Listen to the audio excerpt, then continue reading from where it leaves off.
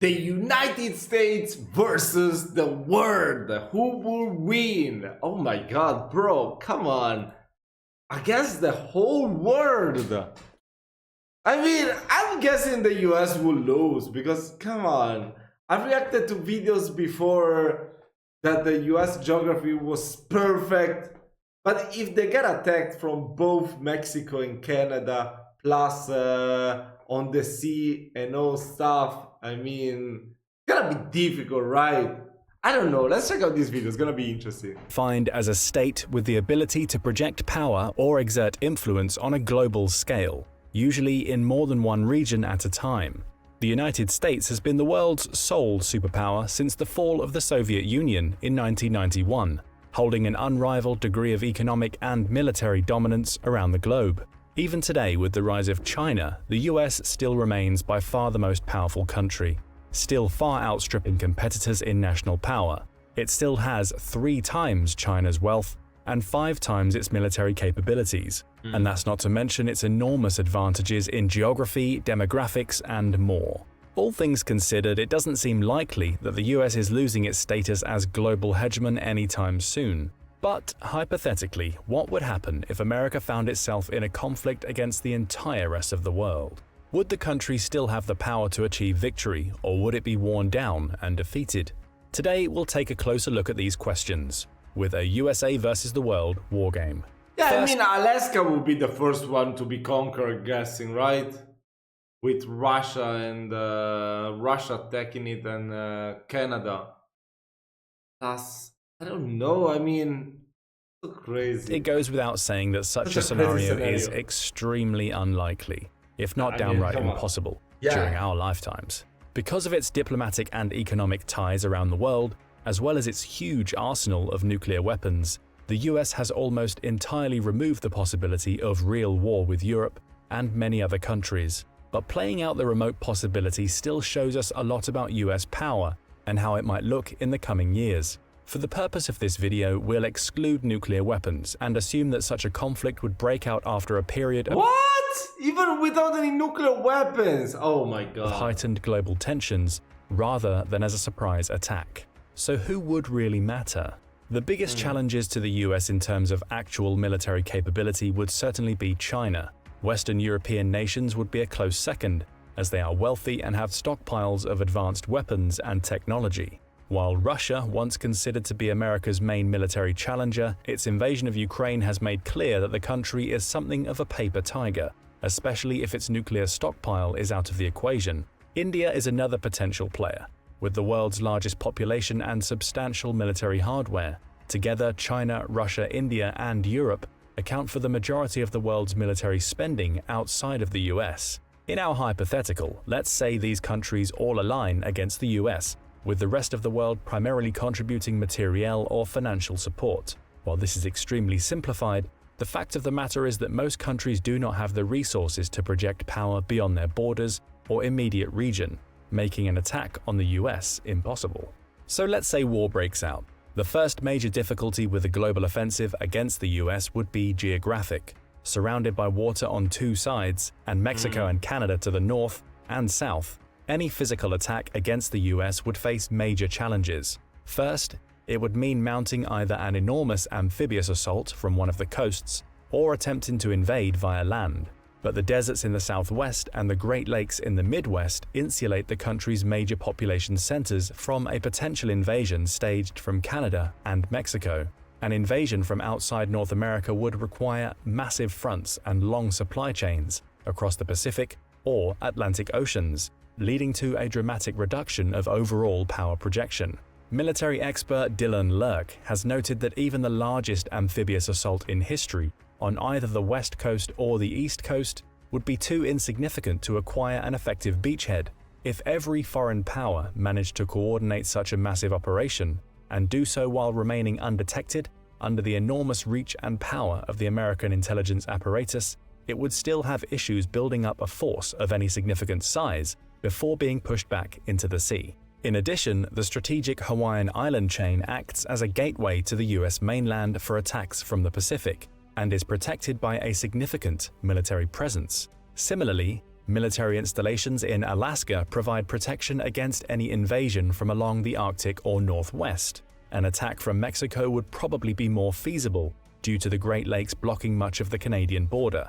But California and Texas have the largest concentration of defense industries and military bases in the country, thus providing an effective deterrent from any attack. With the southwestern desert spanning the two regions, the Southwest is also home to multiple heavily armed military bases, such as the White Sands Missile Range in New Mexico or NORAD headquarters in Colorado.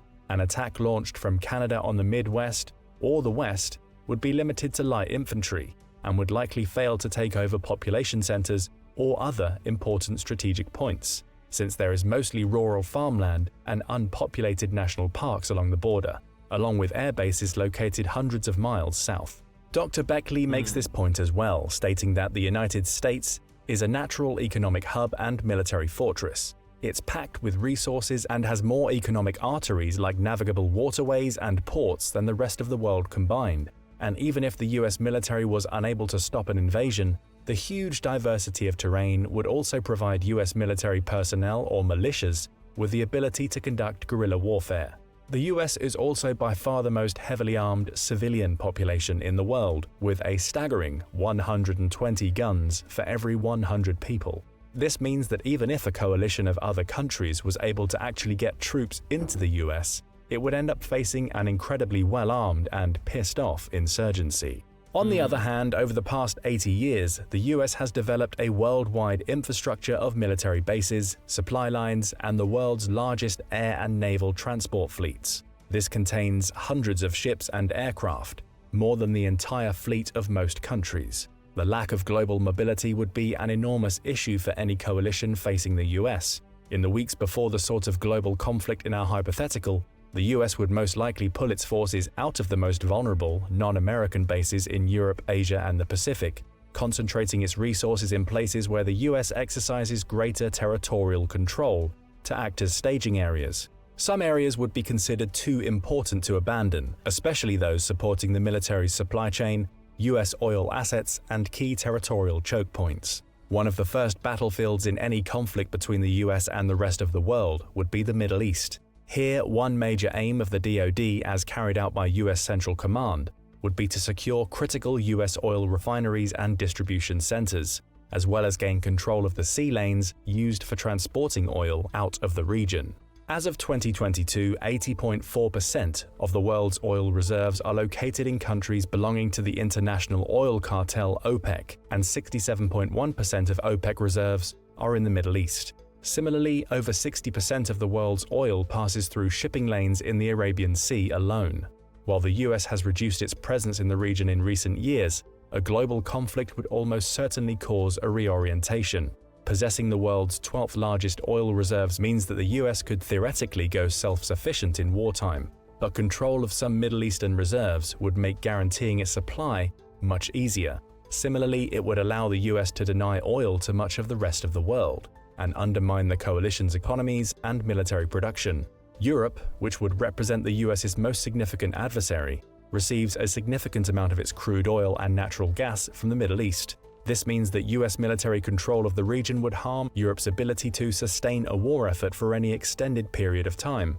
China would face a similar issue, as over half of all its oil comes from the Middle East, making the region among one of the most likely fronts in a global war with the US. At the start of the conflict, the US would first strike at oil-related facilities across the Middle East, using carrier-based strike aircraft plus medium and long-range ballistic missiles. US power projection means that even without bases in Afghanistan, the military could easily hit targets anywhere from the Mediterranean to the Strait of Hormuz. While regional powers could offer some resistance, none of them have anywhere close to the manpower or firepower needed to stop the US in an all-out war. While Israel, Saudi Arabia, the UAE, and several others do have modern fighter jets and other weaponry, even they would not last very long up against the might of the DoD. And because each is an independent country, intelligence and resource sharing among them would also be limited, further reducing the region's ability to stand up to the US in a shooting war. Most of their assets' signals would also likely be jammed by America's powerful electronic warfare capabilities, which would disrupt enemy communications, targeting, and guidance systems across the region. The greatest threat to US control of the Middle East in our scenario comes from ground-based air defenses, as even older systems can shoot unsuspecting fighter jets from the sky. However, unlike Russia's recent experience in Ukraine, the US has actually proven that it can effectively destroy another nation's air defense network, as it did during Desert Storm in the 1990s. Today, this might be even easier due to the enormous arsenal of drones the US has access to. Most US losses in the air would likely come from such drones, as well as fourth-generation jets like the F-15, while its more modern F-18s and F-22s could evade all but the best air defense systems. After establishing air superiority, the US would then work to control all choke points into and out of the region, especially the easily blocked Suez Canal, where over 12% of global trade passes through. If it was able to effectively keep regional control over the Middle East and its resources, the US would have a decent shot at winning against the rest of the world. A second major battlefield would be the Pacific, where the US would probably use its fleet to keep China and other East Asian nations contained and stop them from attacking the West Coast. This could mean either a blockade of major trade and supply routes, as well as using islands like Hawaii and Guam to stage its own offensives. It would also utilize its fleet of aircraft carriers heavily in the Asia-Pacific region. As of this video, there are 47 aircraft carriers around the world. The largest 11 of these are all nuclear-powered carriers belonging to the US, which have more than twice the combined total deck space of every other country combined. The Pacific Fleet fields 7 of these, and in a global war could use them to deny access to anything approaching the US mainland. Again, oil would be another top concern, and the US could use its massive navy to gain control of the Strait of Malacca, which carries up to 40% of the world's trade every year. While less easily choked off than the Suez Canal, a US blockade of this waterway would also devastate most economies in Asia, giving the US serious economic leverage over China, India, and others. The US would also likely exert its naval power in the South China Sea, which it could use to launch strikes against China, Japan, the Philippines, or any other regional power. Heavy fighting would ensue across the sea and air domains all around the South China Sea, and could account for the heaviest US casualties in any theater of this hypothetical war. Another potential target is Taiwan, where over 90% of the world's advanced microchips are currently fabricated. The US might even need to seize and try to occupy the island to stop the global coalition from dominating the production of modern electronics. To do so, the US would inevitably have to challenge China as well. Chinese air defenses and ballistic missile capabilities are already powerful alone, and if combined with the assets of every other country in the region, could potentially pose a problem for the US. The naval base on Guam would be especially vulnerable to strikes by ballistic missiles, which could overwhelm its limited air defenses. Even so, the US Navy is so powerful that every country in the East Pacific combined would be occupied with fending it off, and probably could not launch their own strikes on the US mainland. And because the US Navy is larger than those of the next 8 countries combined, it could easily fight in 2 or 3 theaters at once, making simultaneous blockades. What? It could easily, because the US Navy is larger than those of the next 8 countries combined. Bro, so the top 10 of the Navy power in the world is owned by the US. Yes, more than the other 8 in succession. That is crazy. Wow. It could easily fight in 2 or 3 theaters at once, making simultaneous blockades of Europe, the Middle East, and Asia Pacific a real possibility. Another aspect of a global war would involve submarines, which unsurprisingly the US has more of than almost anyone else. Its fleet contains 53 fast attack submarines, 14 nuclear-capable ballistic missile subs, and 4 guided missile subs. Even without using the world-ending nuclear capabilities of an Ohio-class submarine, this massive fleet would allow the US to launch stealth attacks on enemy naval vessels anywhere in the world, completely undetected. While America would be far more hard-pressed to fend off a global coalition on the ground, at sea, the US stands a much better chance of victory. A third global area of battle would be the Americas, where the US would have the greatest ability to marshal forces and project power. And because Mexico, Canada, and other countries in the region are far less powerful, there is a good chance the US could blockade, control, or destroy the majority of their military and economic resources. Canada. Wow, and if you think about it, Canada and Mexico, they have really strong military power.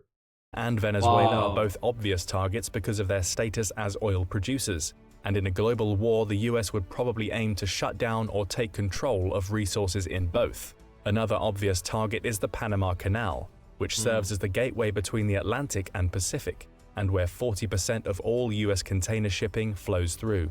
The US controlled the canal from 1903 to 1979, and would try to seize it again during a global war. This would also provide a choke point against the militaries of Central and South America. Chile is another potential target as the country supplies 28% of the world's copper, critical for the production of modern electronics. Now, obviously, a hypothetical alliance of every other country in the world would have the numerical advantage in overall troops and economic resources. But keep in mind that as of 2022, US military spending was $877 billion, constituting 40% of the global total and more than the next 10 countries combined. Today, this That's enormous sum crazy. still only accounts for about 3% of the country's GDP. In a global war, this percentage would almost certainly increase and could rise to similar levels as World War II, when US military Wow. spending accounted for over 40% of national GDP.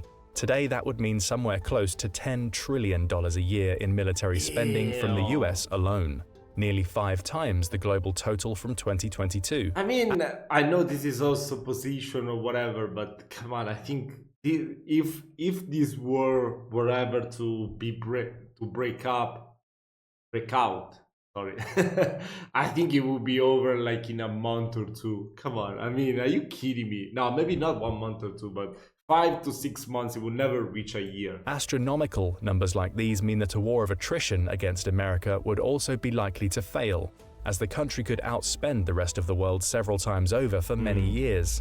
To gain a true strategic edge over the US, a global coalition would have to somehow outgun and outspend the Defense Department, while also maintaining their own smaller economies. Another crucial domain in a global conflict with the US would play out in cyberspace. This would probably be the first line of contact between the warring parties, as both sides would attempt to gain information superiority and take each other's systems offline.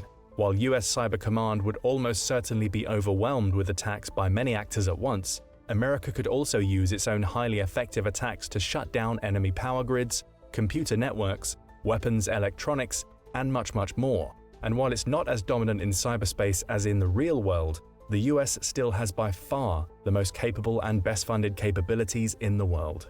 In the 2024 fiscal year, US cyber spending will rise to more than $25 billion, and the country continues to top every ranking of national cyber power.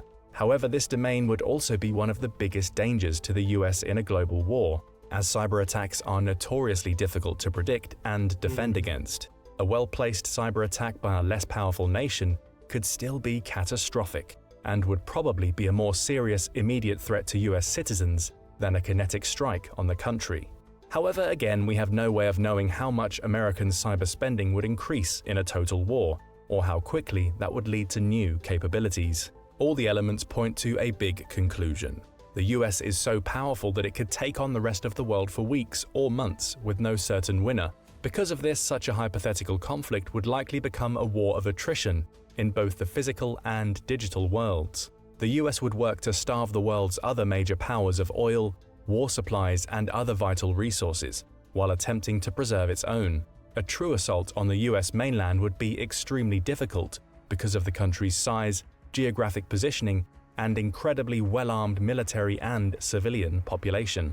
Because of the US military's global presence, most of the fighting would likely happen elsewhere, opening theaters of war everywhere from the Middle East to South America and East Asia. In the end, the victor would almost certainly be whichever side could outlast the other, both in terms of military and economic resources. While the scenario of America versus the entire world is obviously an absurd one, it does give us a useful picture of just how powerful the US military really is. With resources greater than those of most individual countries and nearly limitless power projection, even a conventional conflict against the US would be very, very hard to achieve true victory.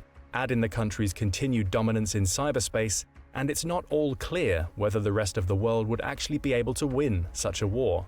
And all of the speculation above excludes the most powerful part of the equation: nuclear weapons. Because of the principle of mutually assured destruction, no country really wants to use them today. However, it's worth noting that the US has over 1,400 actively deployed nukes, and in any real global conflict, they could be used to give any non-nuclear country a very permanent end. And even in a very distant hypothetical like the one above, we should remember that the cost of human life in any worldwide conflict would be staggering, and that even winners in such a war would suffer. But what do you think? Would the US really be able to win a war against the rest of the world? Or would the country eventually be overwhelmed? Let us know your thoughts in the comments below, and don't... Yeah, I mean, the craziest part of this video would be like that the world will unite against the US. No, not unite against the US, but like the world will fight together against another country. I mean, come on. I can't imagine the Muslim countries allying with the European countries to fight the US. Come on, that's totally crazy. Especially like some countries like Iran, that they are against like pretty much everyone, or Afghanistan with the Taliban.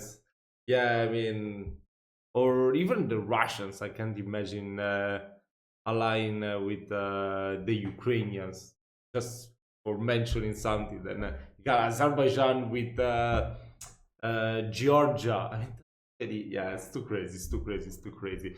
But that was very interesting. Wow, I didn't know that the US was so powerful. We definitely need to continue reacting to military videos. It's a topic that interests me a lot, and I don't know too much about it.